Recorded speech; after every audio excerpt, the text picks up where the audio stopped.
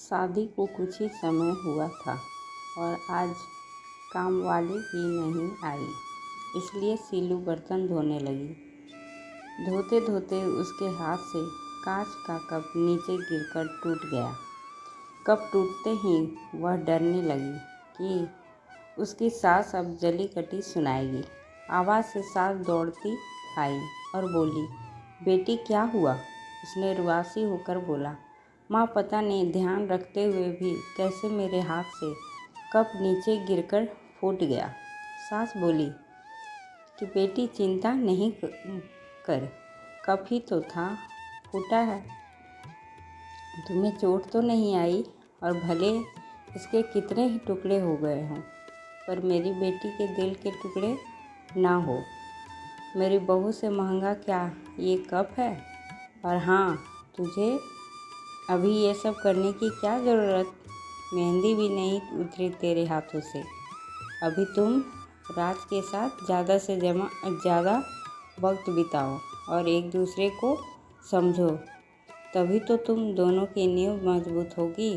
ज्योति इधर आना, अपनी भाभी का ख्याल रख, अभी इस घर में नई आई है। सीलू, तुम मुझे अपनी माँ ही समझना, मुझे भी तुम्हारा दिल जीतना है, सास बनकर नहीं, माँ बनकर। शब्द क्या मानो अमृत के घूंट थे। देखते देखते सीलू की आंखें छलछला गई। वह सास के पैरों में गिर गई और बोली कि मैंने एक माँ छोड़ी तो दूसरी नई माँ पाई, बल्कि आप मेरी माँ से भी ज़्यादा ममता मेरे लिए रखती हो। यदि घर में कप टूट जाता तो माँ भी दो बात कहे बिना नहीं रहती। रात को सीलू की नींद ही उड़ गई। रह रह कर शाम की घटना याद आ रही थी। सास के बारे में उसकी जो सोच थी उससे विपरीत सास का व्यवहार पाया। उसका भी कसूर नहीं था ऐसा सोचना, क्योंकि उसने लोगों के मुंह से बुरी सास के बारे में ही सुना था और फिर वो अपने अतीत में खो गई। उसे याद आया कि कुछ साल पहले इकलौते भैया की शादी हुई थी। भाभी की हाथों से मेहंदी का रंग उतरने से पहले ही माँ ने भाभी पर घर के कामों की पूरी जिम्मेदारी डाल दी और अपने ही नियम कानून के हिसाब से भाभी को चलने को विवश करती। माँ ने भाभी को घर में एडजस्ट होने में ज़रा भी वक्त नहीं दिया। भैया भाभी को बाहर ले जाते तो माँ का मुंह फूल जाता। वह बोलती, हर समय भाभी को साथ ले जाने की कहाँ ज़रूरत है। कभी भी भाभी को खुली हंसी हंसते नहीं देखा। समय के साथ भाभी ने सहना छोड़ दिया। फिर हर रोज़ घर में झगड़ा होने लगा।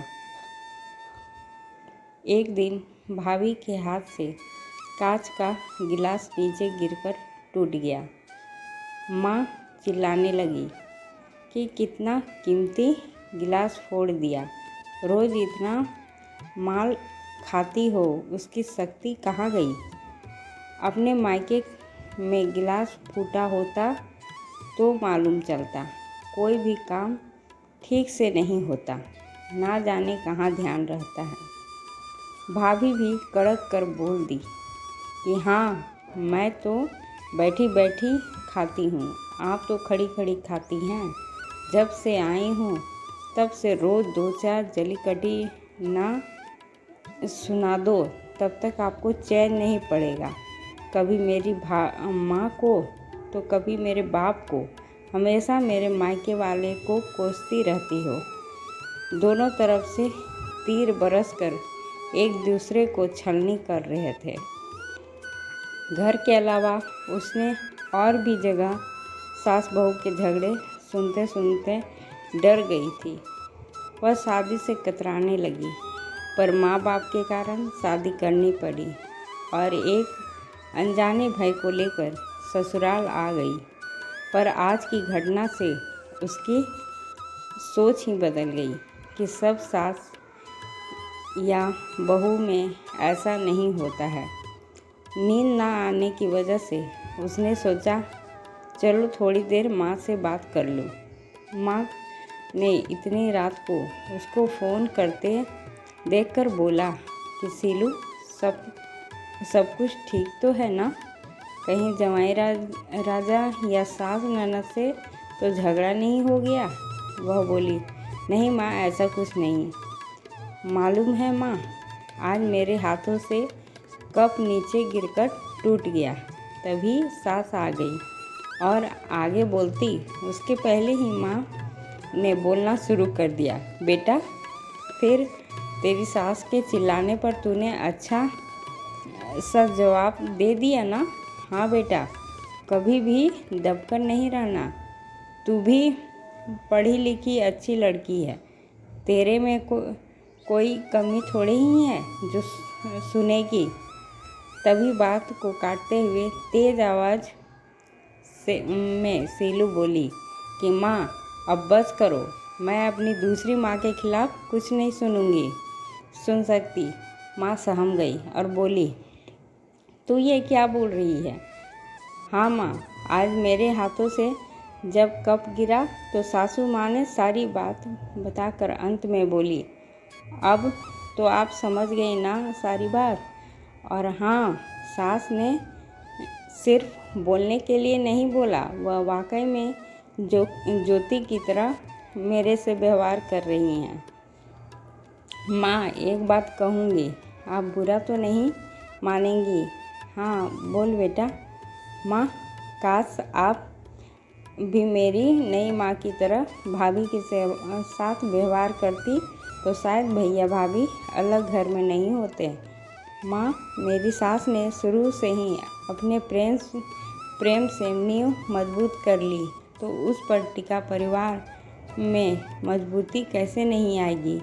आज माँ को महसूस हो रहा था कि वो नहीं बल्कि सीलू उसकी माँ बनकर उसे अच्छी सीख दे रही है।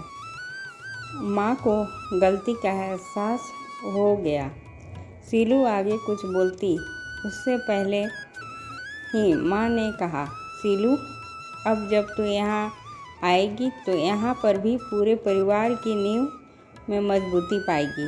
अब फ़ोन रख, मुझे बेटा बहू के स्वागत की तैयारी करनी है।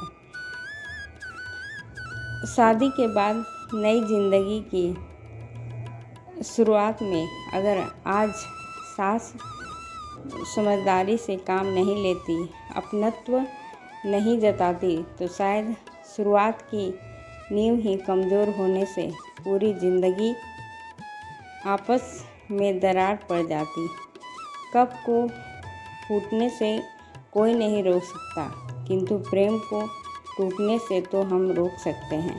कांच के टुकड़े हो जाए पर घर के टुकड़े ना होने दें। घर में प्रेम का वातावरण बनाए रखें, एक दूसरे के सम्मान को समझें, इज्जत करें तो घर स्वर्ग बन जाएगा। घर नर्क से स्वर्ग में बदल सकता है यदि वह सास को माँ मान ले और सास बहू को बेटी मान ले। दृष्टि बदलने से सृष्टि बदल जाएगी। दोस्तों, अगर आपको ये कहानी अच्छी लगी हो तो लाइक, सब्सक्राइब और शेयर करें। धन्यवाद।